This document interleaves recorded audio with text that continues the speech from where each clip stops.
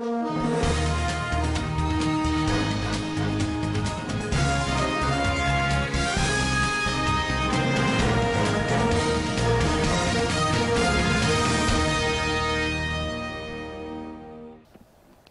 there, welcome to Standard Voice Television News Updates. I am Fawza Ibrahim. Here are your top stories for today. Katsina resident protests repeated attacks by bandits asked President Buhari to resign. Governor MATAWALLE sympathized with Zurmi flood victims. Bafarawa and Wamako reunites month after trading wars at airport. On business, dollar slip as yield dive on recovery worries. And on the international scene, plane with 20 tons of UN medical supplies arrive in Beirut. Now the news in details.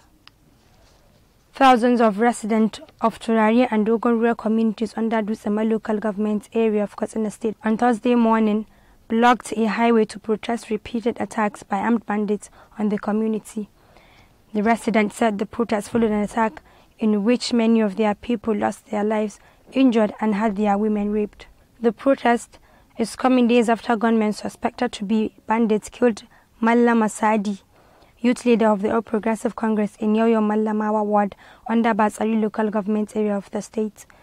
The protesters, comprising adults and children, asked President Muhammadu Buhari and Governor Aminu Masari to resign over the spat of insecurity in the state. One of the protesters told Sahara reporters that residents of the area now lived in fear as security agencies appeared helpless. Katsina is one of the states in the northwest that had witnessed repeated attacks by armed bandits on communities.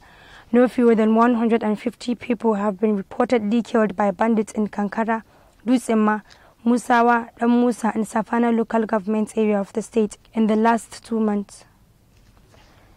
The Minister of Humanitarian Affairs, Disaster Management and Social Development has given a comprehensive response to speculation and fake news circulating around on the expenditures by the military. The minister made the clarification at the press briefing on the Presidential Task Force. She said, in recent days, there have been rumors and innuendos and speculations around one of their key interventions, the homegrown school feeding program, which was modified and implemented in 3 states following a March 29 presidential directive. This was contained in a statement signed by the Special Advisor on Strategic Communications, Halima Oyelade, dated 5th August 2020. The minister then went ahead to explain the rationale behind the modified homegrown school feeding program and progress of engagement on how it was funded. Zamfara State's Governor Dr. Bello Matawallle has sympathized with victims recently affected by flood in Zurmi local government area, where some families were rendered homeless as a result of heavy downpour, which caused damages to farm products and houses. The governor said he was shocked and devastated when he received the sad news that the water flooding created a lot of damages for some farms and houses in Zurmi local government area as a result of heavy rainfall that lasted for many hours in the area. He prayed Almighty Allah to avert the occurrence of such disaster in the future and called on the affected communities to consider the disaster as an act of God and accept it in good faith, as Allah will bring more of what they have. The governor has already directed the state's Directorate of Disaster Management and Humanitarian Affairs to immediately visit the area and assess the level of damage in order to give immediate assistance to the affected communities. He assured that relief materials will soon be provided to all the affected communities as soon as the government receives the report of the damage caused by the disaster, so as to reduce the suffering experienced by the victims. Former Zamfara State Governor Alhaji Abdul Aziz Yari has stated that insecurity has retarded positive development in the state as business activities are almost at a standstill. The former governor has lamented that he is the longest-serving governor that has suffered insecurity challenges ranging from armed banditry to castle rustle in the state. The former governor made the remark while answering questions to newsmen who paid him salah homage. Political rivals in Sokoto State, a former governor Atahiru Alhatu Bafarawa and Senator Aliyu Magatakarda Wamako have reconciled 7 months after trading wars at the Sultan Abubakar III International Airport, Sokoto. The duo met at the residence of late Malam Abbas Babi, an Islamic scholar who died on Tuesday. According to eyewitnesses, they both came to condole with the families of the deceased. Senator Wamako was said to be the first to arrive, and a few minutes later, Bafarawa arrived with his supporters. On arrival, Wamako requested to condole with the families on behalf of the duo, but Bafarawa insisted to do that, which the former obliged.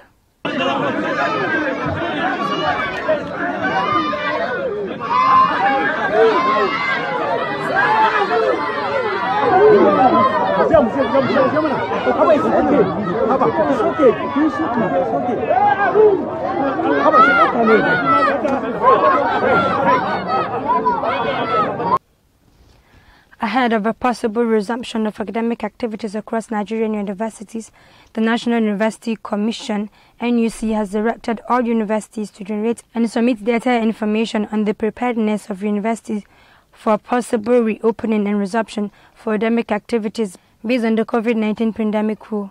The universities are also required to provide data for physical facilities such as infrastructure for digital delivery, lecture theaters, halls and classrooms, laboratories, workshops, studios, and student accommodations. The Executive Secretary, Prof. Abakar Rashid, gave the directive on 29 July through a letter to all university vice-chancellors signed on his behalf by Mr. Charles Meyaki, Director of the Directorate of the Executive Secretary's Office. The NUC further directed all universities to indicate the main strategies that have been put in place preparatory to a safe and hinge-free reopening of institutions and readiness for the commencement of full academic activities. The Defense Headquarters has replied to Borno State Governor Babagana Zulum on the accusation that soldiers were responsible for the attack on his convoy last week, Wednesday, in Baga, a town in Kukawa local government area of the state.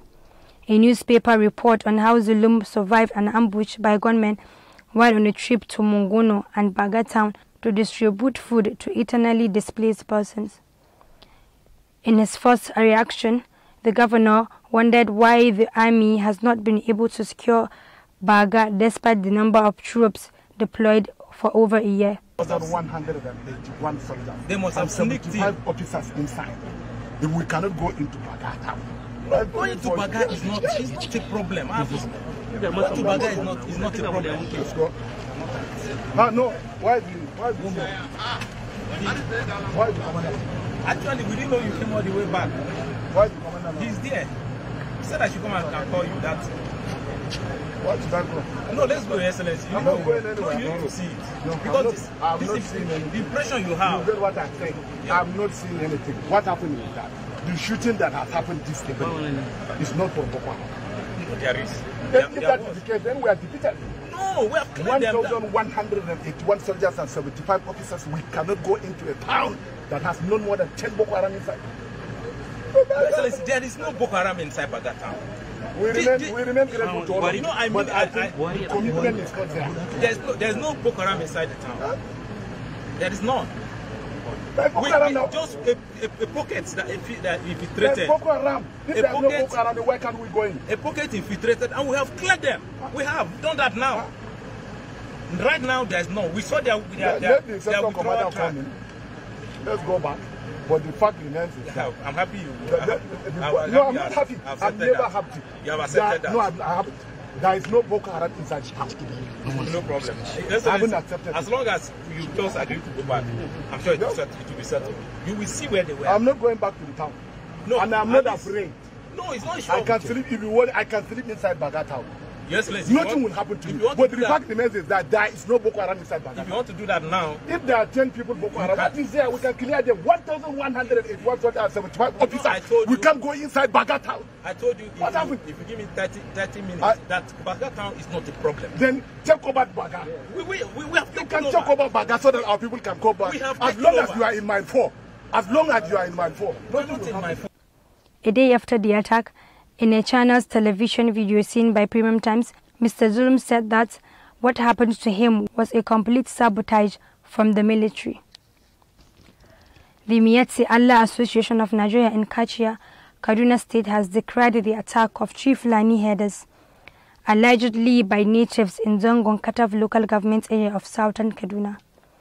The secretary of the Fulani Association, Muhammad Musa, told journalists that the victims were ambushed on their way back home by the natives, who have asked them not to graze in the community. He said the victims have been hospitalized at a private clinic in Kachie town.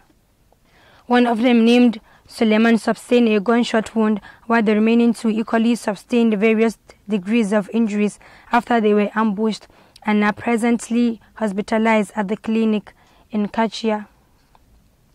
They were ambushed by angry youths at Gogaram community in Zangon Katav, who asked them to vacate the community with their cows while grazing. And on business.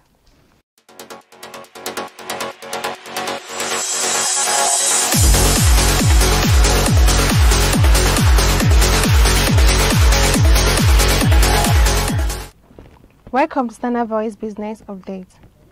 The dollar fell in Asia on Wednesday, hitting a 5-month low on the yuan. This is the latest coronavirus relief package stalled in Congress and US.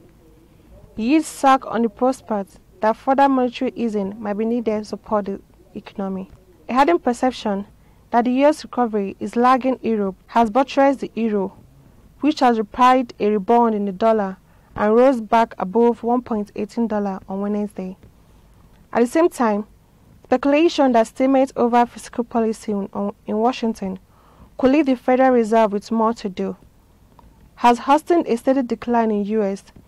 yields, undermining the dollar more broadly. And that's on Standard Voice Business Updates. I'm Ogwarita. And on the international scene, 20 tons of U.S. supplies to treat people injured by massive blasts in Beirut have reached the Lebanese capital, the World Health Organization has said. That covers 1,000 trauma intervention and 1,000 surgeries. The UN Health Agency said in a statement that it will distribute the supplies to hospitals across Lebanon that have been receiving patients from Beirut, as 3 hospitals in the city are no longer functional and 2 were partially damaged by the explosion. The organization said that the legendary resilience of the Lebanese people has rarely been so severely tested. It noted that Tuesday chemical accident came on top of civil unrest, an economic crisis, the coronavirus pandemic, and the country's burden of hosting nearly 900,000 Syrian refugees. That has been the news from Standard Voice Television. To end the news, a quick look at the major headlines. Katsina resident protests repeated attacks by bandits asked President Buhari to resign. Governor MATAWALLE sympathized with Zurmi flood victims. Bafrawa and Wamako reunites month after trading wars at airport. On business, dollar slip as yield dive on recovery worries. And on the international scene, plane with 20 tons of UN medical supplies arrive in Beirut. That has been the news. On behalf of the production crew, Head of News and Current Affairs, Ibrahim Gabatino, I'm Foze Ibrahim. Have a nice day.